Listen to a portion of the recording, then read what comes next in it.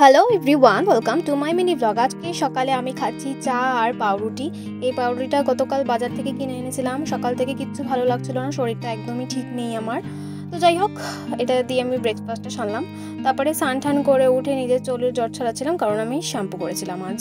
তারপরে খেলাম একটা আইসক্রিম, আর আমি আমার ছানাপোনাদের একটু আইসক্রিম খাওয়াচ্ছিলাম এখানে।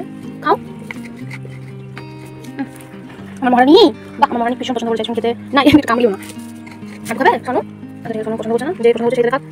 ব্যাস আর না কমপ্লিট। এবারে খাবে